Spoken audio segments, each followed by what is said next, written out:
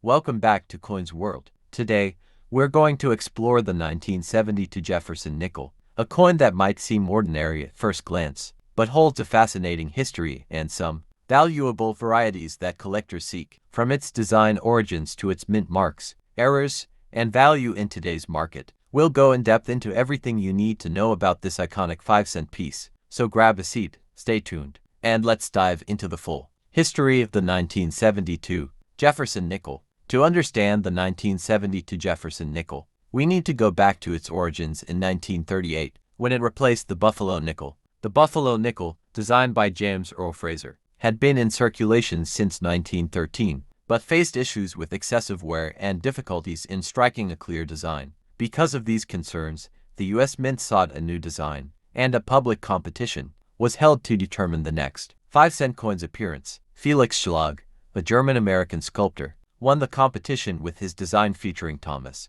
Jefferson on the obverse and Monticello, Jefferson's Virginia estate, on the reverse. His design became the standard for the U.S. 5-cent coin, and since 1938, the Jefferson nickel has remained a staple of American coinage. By the time we reach 1972, the U.S. was experiencing economic changes, rising inflation, and shifts in coin production methods. Although the Jefferson nickel had already been in circulation for over 3 decades, it remained largely unchanged. However, each year saw different production numbers, slight variations, and errors that make certain issues, such as the 1972 Jefferson nickel, unique in their own way. In 1972, the Jefferson nickel was minted in 3 locations: Philadelphia Mint No Mint Mark, Denver Mint D Mint Mark, San Francisco Mint S Mint Mark, proof coins only. Each mint had different production numbers and characteristics. Philadelphia Mint, the Philadelphia Mint, responsible for striking the majority of Jefferson nickels, did not use a mint mark in 1972.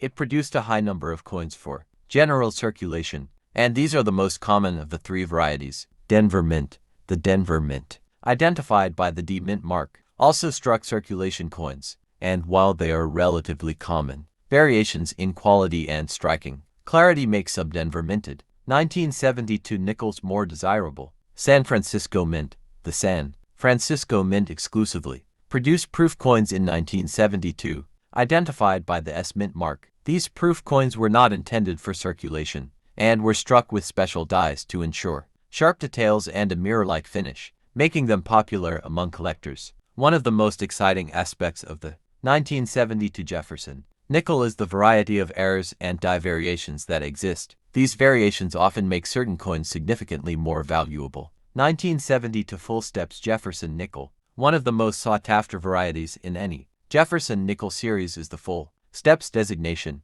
On the reverse of the coin, Monticello's steps should appear clearly defined. Because of striking issues and die wear, many 1972 nickels do not show full steps, making those with fully visible, sharp steps much rarer and more valuable. Collectors specifically look for examples graded by PCGS or NGC with the full steps designation, as these can fetch high premiums in auctions. 1972 Double Die Obverse DDO Jefferson nickel. Another key variety for the 1972 Jefferson nickel is the doubled die obverse. This occurs when the die used to strike the coins shifts slightly, causing a doubling effect in certain areas, such as Jefferson's eye, nose, and inscriptions like "In God We Trust" and "Liberty." Collectors highly prize these error coins, as the doubling can vary from subtle to dramatic. 1972 Off-center strikes. Off-center strikes occur when the blank planchette is not properly aligned with the dies, leading to a portion of the design missing from one side of the coin. The value of an off-center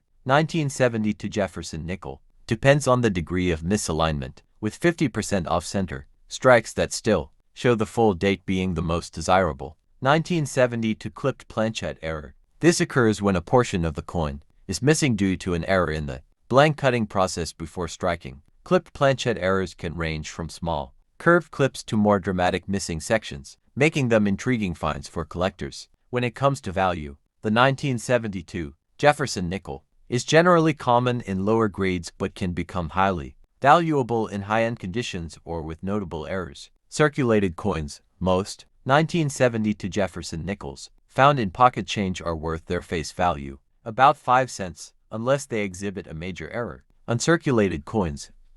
Mint state MS-65 or higher 1972. Jefferson nickel can be worth $10 to $50, depending on its luster and strike quality. Full steps examples. Coins with the full steps designation in MS-65 or higher can reach $500 to over $1,000, depending on rarity and grade. Error coins, depending on the severity and demand. DDO, off-center strikes, and clipped planchette errors can range anywhere from $50 to several $100s at auction. The proof coins from the San Francisco Mint hold additional value due to their mirror-like finish, typically selling for $5 to $50, depending on condition. The 1972 Jefferson nickel may seem like just another 5-cent coin, but as we've explored today, it holds an intriguing history, valuable varieties, and exciting errors that make it worth checking your collection for. Whether you're a seasoned collector or just getting started, understanding the significance of mint marks, die varieties,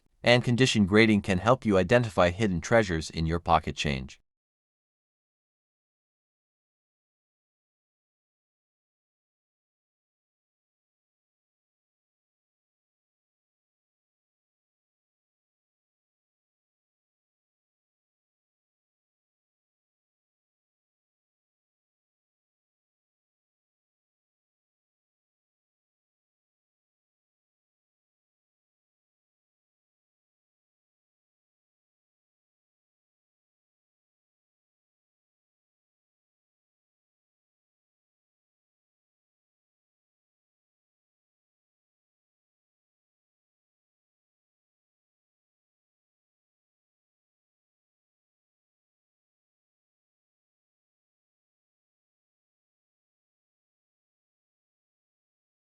If you enjoyed this deep dive into the 1972 Jefferson nickel, don't forget to like, subscribe, and hit the notification bell so you never miss another episode of Coins World. Also, let me know in the comments, do you have a 1972 nickel in your collection? Have you ever found a rare error coin? I'd love to hear your stories. Thanks for watching, and I'll see you in the next video.